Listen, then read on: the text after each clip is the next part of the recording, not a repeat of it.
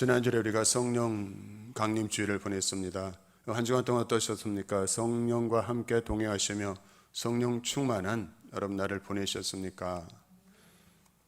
성령 강림 주일에 반짝 이렇게 충만한 게 아니고 지속적으로 어느 집사님이 재밌는 말씀을 저에게 해주셨습니다.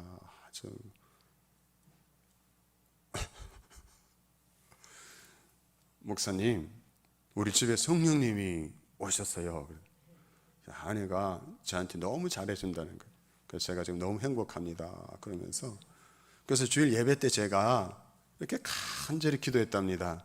성령님, 이번에는 제발 오래오래 머물러 주십시오. 반짝 왔다 가지 마시고 오래오래 머물러 주셔서 우리가 계속 이렇게 행복하게 살게 해주세요. 그렇죠? 성령 충만하면 되죠. 그렇죠? 성령 충만하면 성령의 지배를 받잖아요. 그렇죠? 성령이 나를 다스리시면 우리는 새로운 그런 삶을 살아갈 수 있게 되죠. 성령 충만. 그래서 우리가 무엇보다 구해야 할 것은 성령의 충만함을 구하는 것. 그래서 우리가 성령 충만하며 살아갈 수 있는 방법이 여러 가지 있겠지만 그 중에 하나는 저는 예수님을 바라보며 살아가는 것이라 생각합니다. 예수님을 바라보는 것.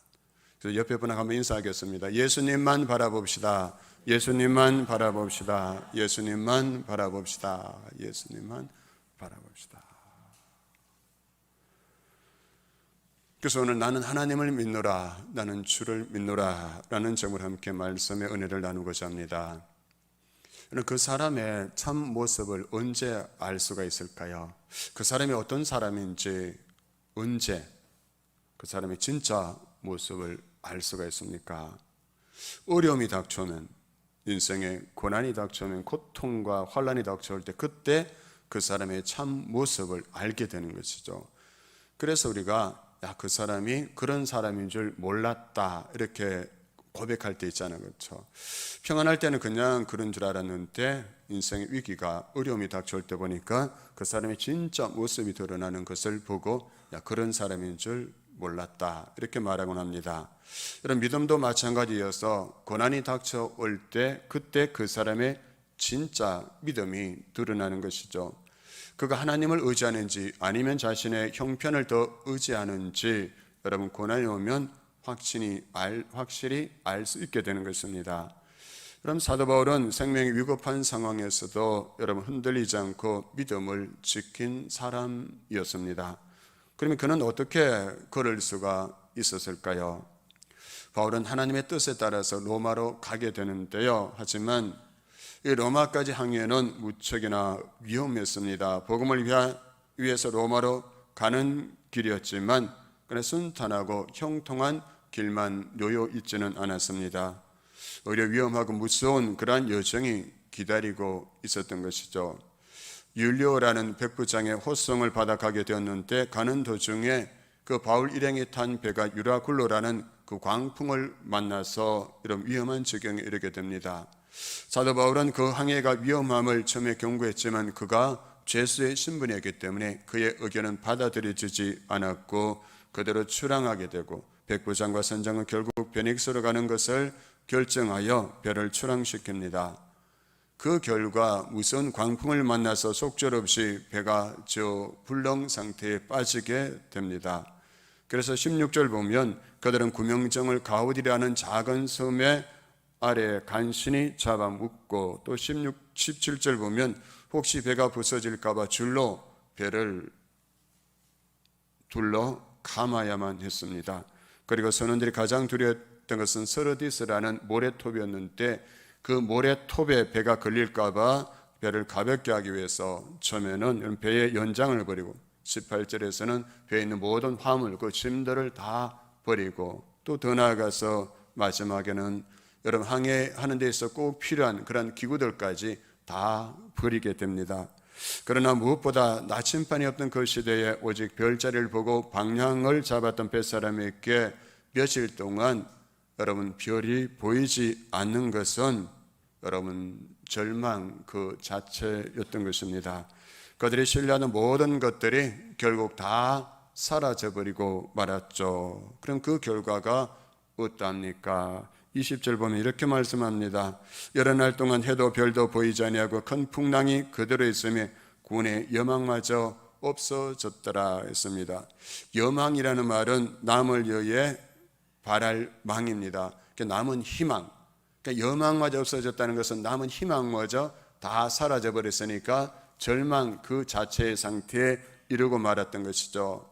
그런데 여러분, 여기서 해도 별도 보이지 않았다는 것은 그냥 시적으로 햇님, 별님 이렇게 하는 수준이 아닌 것입니다. 굳이 여기서 해와 별을 느꼈던 것은 그 당시 배 사람들이 해나 별을 보면서 그런 방향도 알고 시간도 알았는데, 근데 해도 별도 보이지 않으니까 그들의 모든 소망이 완전히 사라져버린 상황, 절대 절망의 상황에 처했음을 보여주기 위해서 쓴 단어들인 것입니다. 그래서 18절 19절을 보면 자신들이 그토록 지키려 했던 자신들의 돈과 같은 그 짐을 다 바닷속에 던질 수밖에 없었습니다. 왜 그들은 그렇게 바닷속에 그렇게 그들이 소중히 여기던 것들을 버릴 수밖에 없었을까요? 그렇게 해야만 살 가능성이 있을 거라는, 그렇게 해야 조금이라도 살아갈 가능성이 있을 것 같은 그 마음의 그 희망 때문에 그러한 것들을 다 버렸던 것이죠. 그러나 그들이 그 모든 것을 다 포기했지만 해와 별이 보이지 않는 그 칠흑 같은 어둠의 날들만 계속될 뿐 죽음의 그 풍랑 유굴러는 조금도 잦아들지 않는 겁니다. 그래서 신랄 같은 마지막 희망마저 다 사라져버린 그러한 상황이 된 것이죠. 여러 날이 지났지만 여러분, 해도 별도 보이지 않으니까 정확히 며칠이 지났는지조차 알기 힘든 그 상황, 그런데도 계속 바람은 강하게 불고 거대한 파도는 쉬지 않고 알렉산드리아 그 배를 삼키려 몰려옵니다. 집채 많은 파도가 몰려오고 물이 쏟아지고 물을 먹어야 하는 상황. 여러분, 또 바람이 심하게 불고 배가 이리저리 움직이니까 이리 쓰러지고 저리 쓰러지고 하면서 피가 나고 손과 발이 부상을 당하는 그런 상황, 그 상황이 얼마나 힘든 상황이겠습니까? 그런데 이런 상황이 조금 후면 멈추게 되면 그나마 다행인데 멈출 기미가 전혀 보이지 않는 겁니다. 우리가 어떤 어려움이 왔을 때 조금만 견디면 좋은 일이 생길 거다, 며칠만 견디면 좋은 일이 생길 거다라는 희망이 있으면 우리도 견딜 수가 있지 않습니까? 그러나 희망이 전혀 보이지 않는 그러한 상황이라면 얼마나 힘이 듭니까? 지금 이러한 죽음의 위기 앞에서 이 사람들이 무엇을 생각했겠습니까? 괜히 왔다가 이렇게 되었구나.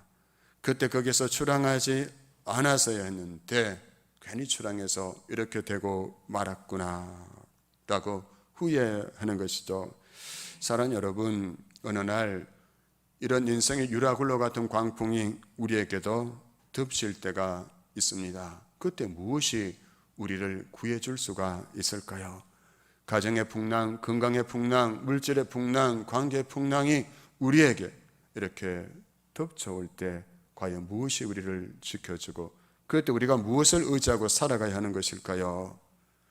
너무나 다급해서 모든 것을 다 포기하고 살고 싶다고 한들 그 풍랑이 조용히 사라져 주겠습니까?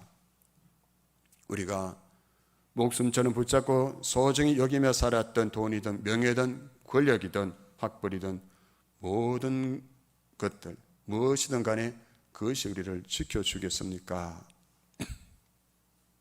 결국 이런 유라굴로 같은 그 광풍을 만났을 때 그래서 우리는 후회할 수밖에 없게 되는 것이죠. 이것이 나를 지켜줄 거야, 아니면 이거라도 나를 지켜줄 거야 라고 그것을 의지하고 붙잡고 살았는데 그것이 아무 소용이 없게 되어버렸을 때 그때 우리는 후회합니다. 그때 그 결정을 하지 말걸, 그때 그렇게 하지 말았어야 했는데, 그때 주님을 더 붙잡았어야 했는데, 그러면서 우리는 천부여 의지없어서 손들고 옵니다 고백하며 주님께로 나아가죠. 그런데 이렇게 되면 어떨까요? 그때가 오기 전에 미리 지금부터 천부여 내가 의지할 것이 없습니다, 주님밖에 없습니다 고백하며 주님께 항복하고 손들고 살아가면, 그렇게 할 수 있다면 여러분과 저의 인생이, 우리 교회 공동체, 여러분의 가정의 모습이 어떻게 달라질까요? 미리 지금부터 하나님밖에 없습니다. 내 인생의 어제는 오직 하나님밖에 없습니다 고백하고 살아간다면 5년, 10년 후에 여러분과 저의 인생은, 우리 교회의 미래는 어떻게 달라져 있을까요? 그래서 미리 하나님밖에 없습니다. 우리의 구원의 소망은 하나님밖에 없습니다 고백하며 그 하나님을 붙잡고 그 하나님만 의지하고 살아갈 수 있기를 바랍니다. 폭풍이 치는 이 바다 한가운데서 사람들은 구원의 소망이, 그 여망마저 다 사라졌다 했습니다. 절대 절망에 이제 죽을 수밖에 없는 그 상황에 이르게 된 것이죠. 그런데 그런 상황에서 일어서는 사람이 있었습니다. 모두가 두려움에 빠져서 이제 끝났다, 절망의 노래를 부르는 그 상황에서 일어서는 사람이 있었는데 그가 바울이었습니다. 믿음의 사람, 하나님의 사람 바울이 일었습니다. 여러분, 죽음의 침묵이 한 가닥 남아있는 생명의 줄마저 끊어버릴 것 같은 절망스러운 자리에서 믿음의 사람이 일어난 것이죠. 그리고 선포합니다. 23절입니다. 내가 속한 바 곧 내가 섬기는 하나님의 사자가 어젯밤에 내 곁에 서서 말하되 했습니다. 이 말씀은 매우 중요한 정보를 우리에게 주고 있는데요. 뭐냐면 어제 저녁까지만 해도 바울도 이 사람들과 같이 똑같았다는 것입니다. 여러분, 이 말씀을 듣기 전에 바울도 여전히 답답하고 암울한 그러한 심령의 상태에 놓여 있었다는 것입니다. 풍랑 때문에 여러분 아드라무 때는 그 배를 삼킬 것 같은 그 광풍 때문에 답답하고 암울하고, 그래서 도대체 로마로 보내겠다고 하셨는데 이러다 죽는 것이 아닌가, 하나님이 도대체 왜 이러시는가 하며 아마 여러 가지 생각들이 바울에게도 오고 갔을 것입니다. 그러나 믿음이라고 하는 것이 무엇입니까? 믿음이라고 하는 것은 바로 이런 급박한 순간에 드러나는 것이라 했습니다. 이런 위기의 순간에 믿음의 사람이 드러나게 되는 것이죠. 믿음의 사람은 모든 사람들이 절망하고 힘들어할 때 그때도 가장 힘이 있는 사람이 바로 믿음의 사람인 것입니다. 사도는 그 순간에도, 모두가 절망스러워하는 그 순간에도 믿음의 끈을 느슨하게 하지 않았습니다. 하나님을 향한 그의 신뢰를 거두지 않았습니다. 끊임없이 그 상황 속에서도 기도하고 하나님을 바라보았던 것이죠. 그러다가 그가 주님의 음성을 듣고 사람들에게 위로와 힘을 주는 그런 믿음의 사람들로 일어서고 있습니다. 이것이 저는 믿음의 사람이 사는 법이다고 이렇게 생각합니다. 믿음의 사람, 우리 믿음의 사람들이 사는 법은 세상의 사람들이 사는 법과는 다르다는 사실이죠. 그리고 믿음이 하는 일은 모든 일이 다 형통하고 다 잘 되고 있을 때 믿는다고 말하는 것이 아니라는 것이죠. 구원의 여망이 다 없어지고 내가 원하는 것과는 다른 결과를 향해 치닫고 있을 때에도 여전히 하나님을 향한 신뢰를 거두지 않고 오히려 더 불태우면서, 그 절망스러운 상황에서 더 불태우면서 살아가는 사람, 이런 사람을 믿음의 사람이라고 하는 것이죠. 여러분, 지난주 중에 계속해서 부르고 또 불렀던 찬양이 있습니다. 듣고 또 들었던 찬양이 있는데요. 여러분, 제가 정말 힘들 때 저에게 큰 위로와 소망이 되어줬던 그러한 찬양입니다. 바로 하나님은 실수하지 않으신다네. 하나님은 실수하지 않으신다네. 그 가사가 이렇습니다. 한번 띄워주실래요? 내가 걷는 이 길이 혹 굽어도는 수가 있어도, 내 심장이 울렁이고 가슴 아파도, 내 마음속으로 여전히 기뻐하는 까닭은 하나님은 실수하지 않으심일세. 내가 세운 계획이 혹 빗나갈지 모르며 나의 희망 덧없이 쓰러질 수 있지만, 나는 여전히 인도하시는 주님을 신뢰하는 까닭은 주께서 내가 가야 할 길을 잘 아심일세. 어두운 밤 어둠이 깊어 날이 다시는 밝지 않을 것 같아 보여도 내 신앙 부여잡고 주님께 모든 것 맡기리니 하나님을 내가 믿음일세. 가는 길이 온통 어둡게만 보여도 하나님은 실수하지 않으신다네. 아멘. 아멘. 여러분, 혹시 자리에 내 계획대로 안 되는 일 때문에 절망을 가지고 있는 분이 계십니까? 그런 길이 온통 어둡게만 보이는 것 때문에 낙심하는 분이 계십니까? 내가 가는 길이 굽어 도는 것 같고, 그런 것 때문에 하나님에 대한 원망, 하나님에 대한 신뢰가 무너진 분이 혹시 이 자리에 있으십니까? 그렇다면 하나님은 실수하지 않으신 분이심을 우리가 다시 한번 기억할 수 있길 바랍니다. 나는 실수하고 나는 실패하지만 하나님은 실수와 실패가 없으신 신실하신 하나님이시라는 사실을 우리가 기억하며 살아가는 것이죠. 유튜브를 통해서 이 찬양을 듣는데 여러 가지 많은 댓글이 달려 있었습니다. 그 중에 댓글 하나가 이런 글이었습니다. 20년 전에는 하나님은 실수하지 않으신다는 말이 삶에 와닿지 않았는데 뒤돌아 나의 삶을 보았을 때 그분은 역시 실수하지 않으시는 분이었습니다. 임마누엘, 이렇게 댓글을 달아놨더라고요. 그런데 그 댓글을 보면서 이런 생각을 해봤습니다. 20년 지난 후에 이렇게 고백하는 것도 중요하지만 미리 우리가 이 하나님을 믿는 믿음으로 살아간다면 어떨까?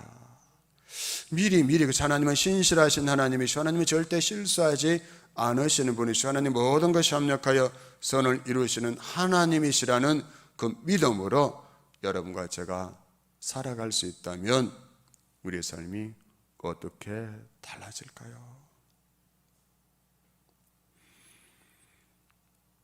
그래서 우리가 이 인생의 풍랑을 만났을 때 우리가 제일 먼저 해야 할 일은 바로 이 하나님의 말씀, 하나님의 음성을 듣는 것이에요. 물론 사람들의 위로도 사람들의 권면도 필요합니다. 격려도 필요합니다. 중요합니다. 그러나 그것이 우리 안에 있는 이 두려움의 근원을 해결할 수는 없지 않습니까? 잠시 잠깐 위로는 될 수 있지만 우리 또 그 두려움이 스물스물 올라오지 않습니까? 여러분 광풍이라서 살 소망까지 다 끊어졌는데 사람이 어떤 말이 여러분에게 희망이 될 수가 있겠습니까? 천지를 창조하시고 다스리시는 주님의 음성, 인생의 생사화복을 주관하시는 주님의 음성만 우리의 모든 두려움을 해결할 수 있을 줄로 믿습니다. 그러면 우리가 어떻게 이 주님의 음성을 들을 수가 있을까요? 인생의 위기 앞에서 이 풍랑, 광풍을 만났을 때 주님의 음성을 들어야 내가 살아날 수 있고 내 소망이 다시 회복되는데 어떻게 하면 주님의 음성을 들을 수 있을까? 그게 중요하죠. 여러분, 이 광풍을 만났을 때 사도 바울이 그 뱃속에서 무엇을 하고 있었을까요? 쉬지 말고 기도하라고 말한 바울이었지만 그는 그날 그 광풍 속에서 더 간절하게 기도하고 또 기도했을 것입니다. 그 광풍에서 구원하시는 하나님을 경험하고 그 배 안에 타고 있던 여러 다양한 신들을 섬기고 있는 사람들에게 하나님만이 참 신이심을 보여줄 수 있게 해달라고 그가 간절히 기도하고 또 기도했을 것입니다. 광풍에서 구원하시는 하나님의 손길을 경험하기 위해서 그래서 우리가 해야 할 첫 번째는 바로 기도하는 것이죠. 그럼 기도해야 합니다. 기도 가운데 주님의 음성을 우리도 들어야 하는 것입니다. 그 풍랑 속에서 기도하는 바울에게 주님의 음성이 이렇게 들려집니다. 24절입니다. 같이 한번 읽겠습니다. 시작. 바울아 두려워하지 말라. 내가 가이사 앞에 서야 하겠고 또 하나님께서 너와 함께 항해하는 자를 다 내게 주셨다 하였으니 아멘. 아멘. 바울이 두려워하고 있었어요. 바울이 두려워하고 있지 않았다면 바울은 믿음의 사람이니까 두려워하지 않았겠지. 그 광풍 속에서도 아무 두려움 없었겠지. 그러면 하나님께서 왜 그 사자를 통해서 바울아 두려워하지 말라고 말씀하셨을까요? 하나님이 이 말씀이 들려지기 전에 바울도 두려워했다는 거예요. 자기를 배를 삼키고 물속에다 수장시켜버릴 것 같은 그 광풍을 바라볼 때 바울도 두려워할 수밖에 없었습니다. 그때 하나님이 사자를 보내셔서 바울아 두려워하지 말라 하시면서 바울에게 말씀을 주십니다. 바울이 로마 황제 가이사 앞에 설 것과 함께 항해하는 자의 생명을 보호해 줄 것을 바울에게 알려주셨고 이제 바울은 그 말씀 하나를 붙잡을 수가 있었습니다. 바울에게 풍랑을 잠잠케 할 수 있는 능력은 그에게 없었지만 그에게 들려주신 하나님의 말씀은 그 심령 속에 일어나던 그 두려움은 잠잠케 할 수가 있었던 것이죠. 사랑하는 여러분, 우리를 두려워하는 어떤 상황이 있습니까? 오늘 여러분의 인생에 불어오는 광풍, 그 풍랑이 있습니까? 그 풍랑 때문에 염려하고 근심하고 두려워하는 마음으로 이 예배 자리에 오셨고 예배하는 가운데서 여전히 두려워하고 있다면 우리에게 필요한 것은 하나님의 말씀입니다. 이사야 41장 10절 보면 하나님께서 이렇게 우리에게 말씀을 주십니다. 이사야 41장 10절 말씀 같이 읽겠습니다. 시작. 두려워하지 말라. 내가 너와 함께함이라. 놀라지 말라. 나는 네 하나님이 됨이라. 내가 너를 굳세게 하리라. 참으로 너를 도와주리라. 참으로 나의 오른손으로 너를 붙들리라. 아멘. 목사인 저에게도 두려움이 있습니다. 제가 여러분에게 두려워하지 말라 이렇게 말씀드리지만 저도 두려워할 때가 있어요. 때는 눈앞이 캄캄할 때도 있습니다. 어찌해야 할까? 하나님 어떻게 해야 됩니까? 어찌하면 되겠습니까? 그 두려움을 안고 하나님 앞에 엎드렸을 때 그 두려운 문제를 끌어안고 그 문제를 바라보는 것이 아니라 주님을 바라보면서 기도할 때 주님은 저에게도 주시는 말씀이죠. 두려워하지 말라. 내가 너와 함께한다. 네가 목사라서 두려워하지 않을 수 있는 것이 아니라 내가 너와 함께하니까 두려워하지 말라는 것이죠. 기도 가운데 그 음성을 듣고 저는 일었습니다. 그런데 안타까운 것은 무엇입니까? 그 풍랑 앞에서도 기도하지 않는 것이죠. 두려운 그 문제 앞에서도 기도하지 않는다는 것입니다. 땅이 꺼질 것처럼 한탄하면서도 망한다고 죽는다고 두려워하면서도 정작 기도하지 않는 것이죠.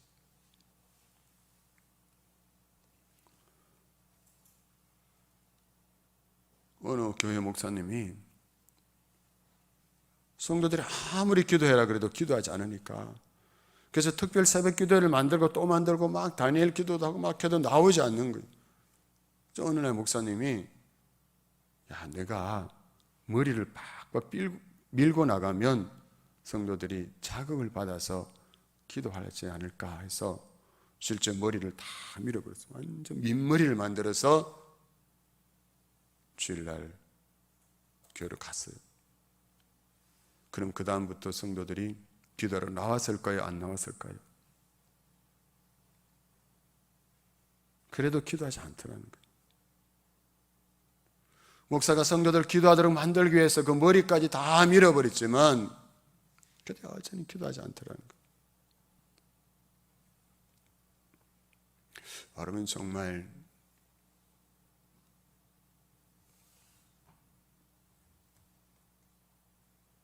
인생을 풍랑을 만나서 여러분 어찌할 바를 몰라서 당황하고 있고 살 소망까지 다 잃어버리고 표류하고 있다면 어떻게 해야 될까요?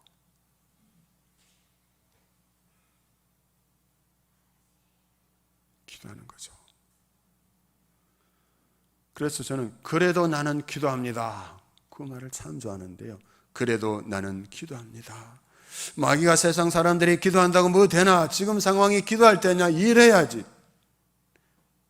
지금 상황에 사람을 찾아고 사람에게 도와달라고 말해야 되지. 지금 상황에서 무엇 기도한다고 했느냐? 기도가 밥 먹여주냐? 그래도 나는 기도합니다. 왜요? 하나님께서 기도에 대한 약속을 주셨기 때문이죠. 약속의 말씀을 주셨기 때문입니다. 시편 50편 15절 말씀입니다. 우리 같이 한번 읽겠습니다. 시편 50편 15절입니다. 시작. 환난 날에 나를 부르라. 내가 너를 건지리니 내가 너를 영화롭게 하리라. 아멘. 여러분 환난 날에 무엇 하십니까? 환난 날에 여러분 어디에 있습니까? 여러분 한번 생각해 보십시다. 물고기 뱃속에 들어갔다면 다 끝난 거잖아요. 물고기 뱃속에 들어가면 다 끝난 거예요. 이제 살 소망이 없는 거예요. 물고기 뱃속에 들어갔어. 그 깊은 물고기 뱃속에 들어있을 때. 그런데 그때 요나는 무엇을 했습니까? 그래도 기도했습니다. 그러자 하나님께서 그 물고기가 요나를 육지로 토해내도록 만드셨습니다. 그 뱃속에서도 그래도 나는 기도합니다. 그 마음으로 기도했을 때 하나님께서 그를 구원해 주신 것이죠. 이런 바울은 풍랑으로 인해서 살 소망까지 잃고 두려워하고 있는 사람들에게 이제 자기가 기도 가운데 받은 그 하나님의 말씀을 이렇게 선포합니다. 25절입니다. 그러므로 여러분이여 안심하라. 나는 내게 말씀하신 그대로 되리라고 하나님을 믿노라. 그런즉 우리가 반드시 한 섬에 걸리리라. 아멘. 나는 내게 말씀하신 그대로 되리라고 하나님을 믿노라. 나는 내게 말씀하신 그대로 되리라고 하나님을 믿노라. 바울의 신앙 고백이죠. 여러분, 이 믿음의 고백이 있습니까? 나는 내게 말씀하신 그대로 되리라고 하나님을 믿노라. 아멘. 이 믿음으로 우리가 살아갈 수 있기를 원합니다. 인간의 말이 아니라 전능하신 하나님, 온 우주를 창조하시고 다스리고 지금도 씀녀 계신 그 하나님의 말씀이니까 나는 그 하나님의 말씀이라면 그대로 될 줄로 믿습니다. 이 믿음으로 그 말씀 붙잡고 기도하며 나갈 때 살아계신 하나님을 경험할 수 있는 것이지, 이 믿음이 없다면 늘 시시한 그렇고 그런 그리스도인으로 살아갈 수밖에 없는 것이죠. 내 자신이 하나님의 살아계심을 경험하지 못할 뿐만 아니라 다른 누구에게도 하나님의 살아계심에 대해서 할 간증이 없는 거예요. 저는 소망합니다. 우리가 다 나는 내게 말씀하신 그대로 되리라고 하나님을 믿노라. 이 믿음으로 기도하고 그 말씀 붙잡고 나아가서 저와 여러분도 간증이 있는 신앙인이 될 수 있기를 주님의 이름으로 축원합니다. 내가 믿는 하나님에 대해서 말해주세요, 들려주세요 할 때 글쎄요, 뭘 얘기해야 되죠? 성경에 보면 하나님 이런 분이에요. 성경에 보면 이렇게 말씀하셔서 그것만 아니라 내가 만난 하나님, 내가 인생의 고통과 환난 가운데 나를 건지시고 구원하신 그 하나님에 대해서 말할 수 있어야 되잖아요. 어디에 가면 음식이 맛있고, 어디에 가면 옷값이 싸고 싸게 팔고, 어디에 가면 구경할 게 많고, 그런 거 말하라면 1시간이라도 말할 수 있지만 내가 만난 하나님에 대해서 1분도 말할 게 없다면, 3분도 말할 수 없다면 그가 과연 하나님을 믿고 살아가는 자일까? 하나님 말씀을 믿고 살아가는 자라고 이야기할 수 있을까요?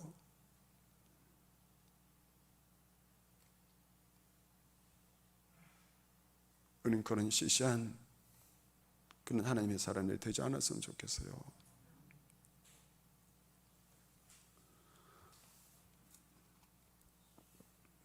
얼마 전에 어떤 집사님이 그렇게 얘기했습니다. 자기가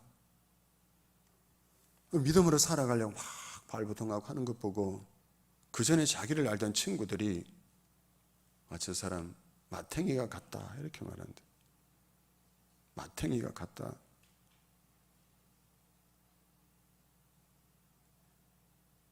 이해가 안 되는 거죠. 왜? 하나님의 선하심을 맛보아 알지 못하기 때문에. 그 고통과 환난 속에서 내가 눈물로 하나님께 매달리며 기도했을 때 그 상황 속에서 나를 건지시고 그 환난 때문에 오히려 나를 영화롭게 하시는 그 하나님을 경험하지 못하기 때문에, 보지 못하기 때문에 마탱이가 같다 이렇게 말한다는 거예요. 그래서 자기는 좋대요. 마탱이가 간 사람을 보일지라도. 왜요? 내가 만난 하나님이 있기 때문에, 내가 경험한 하나님에 대한 생생한 경험이 있고 간증이 있기 때문에 세상이 나를, 친구들이 나를 마탱이가 같다라고 말해도 나는 여전히 그 하나님을 신뢰하며 살아갈 거라는 그 믿음의 고백이, 세상 사람들이 보기에는 마탱이가 같지만 하나님 보시기에는 얼마나 멋진 인생인가요?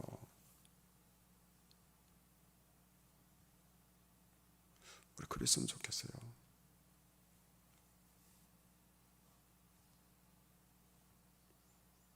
어떻게 하면 그렇게 살아갈 수가 있을까요? 어떻게 보면 세상이 감당치 못하는 그런 믿음의 사람으로 살아갈 수가 있을까요?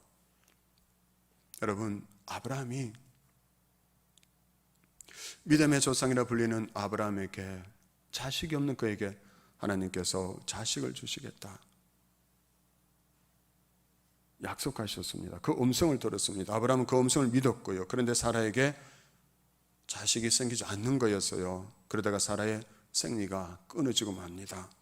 상식으로 보면, 의학으로 보면, 과학으로 보면 어떻습니까? 절대로 임신할 수가 없죠. 인간적으로는 가능성 제로의 상태까지 하나님께서 그렇게 이끌어 가신 거예요. 인간적으로 보기에는 가능성 제로의 상태까지 하나님은 그렇게 이끌어 가셨습니다. 만약 그때 아브라함이 하나님을 바라보지 않고 이제 임신할 수 없게 된 그 아내를 바라보았다면 그는 결코 믿음을 지킬 수 없었을 것입니다. 의심에 지고 말았을 것입니다. 그러나 아브라함은 100살이 된 자신이나 이제 아기를 낳을 수 없는 몸이 된 그 사라를 바라보지 않았습니다. 말씀하신 하나님만 바라보았습니다. 그래서 그는 의심을 물리치고 승리할 수 있었습니다. 그래서 로마서 4장 18절 21절에서는 아브라함의 믿음에 대해서 이렇게 말씀합니다. 아브라함이 바랄 수 없는 중에 바라고 믿었으니 이는 내 후손이 이 같으리라 하신 말씀대로 많은 민족의 조상이 되게 하려 하십니다. 그가 100세나 되어 자기 몸이 죽은 것 같고 사라의 태가 죽은 것 같음을 알고도 믿음이 약하여지지 아니하고 믿음이 없어 하나님의 약속을 의심하지 않고 믿음으로 견고하여져서 하나님께 영광을 돌리며 21절 말씀 우리 같이 한번 읽겠습니다. 시작. 아멘. 약속하신 그것을 또한 능히 이루실 줄을 확신하였으니 아멘. 하나님에 대한 확신이죠. 하나님 말씀에 대한 확신이 아브라함에게 있었고 바울에게도 있었던 것입니다. 그리고 그들은 하나님의 말씀대로 될 것을 그대로 믿었습니다. 여러분 이제 그 바울이 당당하게 고백할 수 있었습니다. 나는 내게 말씀하신 그대로 되리라고 하나님을 믿노라. 여러분 믿음은 하나님이 말씀하신 것을 그대로 받아들이는 것. 내 상식에 내 경험에 의해서 이것저것 다 잘라내고 생선 꼬랑지만 남은 것 같은 그런 믿음에 무슨 역사가 일어나겠습니까? 그대로 받아들이고 하나님이 말씀하신 것이라면 그대로 받아들이고 내가 다 흡수하는 것. 자기 감정이나 사견을 섞지 않고 말씀의 주체이신 하나님을 믿는 것이 절대적으로 하나님을 믿는 것이 바로 바른 신앙이고 그 믿음에 하나님은 오늘도 살아 역사하시고 하나님의 영광을 드러내기를 나보다 우리보다 그 하나님께서도 원하고 계신다는 사실입니다. 하나님의 말씀이니까 그냥 믿는 것, 그냥 믿는 것.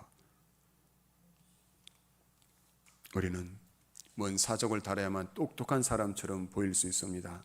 그래서 하나님의 말씀 앞에서 이런저런 사족을 다 달잖아요. 그렇죠? 이는 과학이 안 맞고 상식이 안 맞고 이래서 안 맞고 저래서 안 맞고.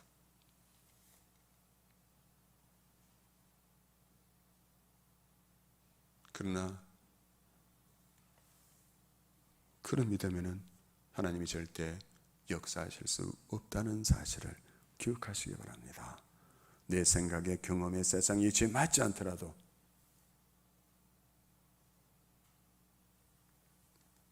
하나님의 말씀이니까 그냥 믿는 것.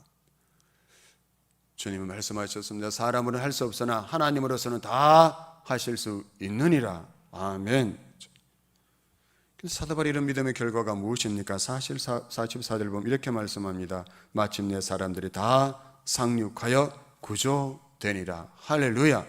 구원의 소망마저 다 사라져 구원의 여망마저 남은 희망이 하나도 없었습니다. 가능성 제로의 상태였습니다. 그런데 하나님이 그 상황 속에서 바울에게 말씀을 주시고 그 말씀하신 그대로 이루셨다는 것입니다. 마침내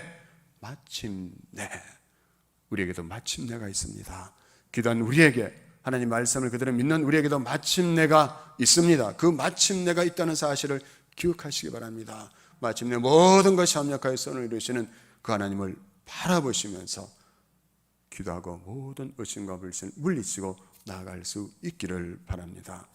어려운 문제를 가지고 저에게 상담을 요청하는 분들이 있습니다. 교회 안에도 있고 교회 밖에도 있고요. 저는 그분들이 여러분 말씀하시는 걸 들으면 다 끝난 것 같은 그런 절망스러운 그러한 일들, 그러한 문제들도 있습니다. 그러나 저는 끝이라고 말하지 않습니다. 절대 저는 끝이라고 말하지 않습니다. 왜요? 하나님이 끝이라고 하시지 않기 때문이죠. 그래서 지금 끝난 것이 아니잖아요. 아직 과정 중에 있으니 함께 기도하십시다. 그럼 제가 이렇게 말할 수 있는 근거가 무엇입니까? 목사이니까 믿음 있는 척 해야 되니까. 그래서 그런 걸까요? 뭔가 위로해야 되니까 그래서 제가 그렇게 말하는 것일까요? 내 믿음을 과시하기 위해서 제가 그렇게 말하는 것일까요? 아닙니다. 하나님께서 약속하신 말씀이 있기 때문이죠. 말씀하신 그대로 성취해 가신 하나님에 대한 경험이 저에게도 있기 때문입니다. 여러분, 저는 지금까지 살아오면서 또 목회하면서 교육전사 때부터 지금까지 제가 이렇게 이 설교 준비해서 하려면 한 30년 정도 되더라고요.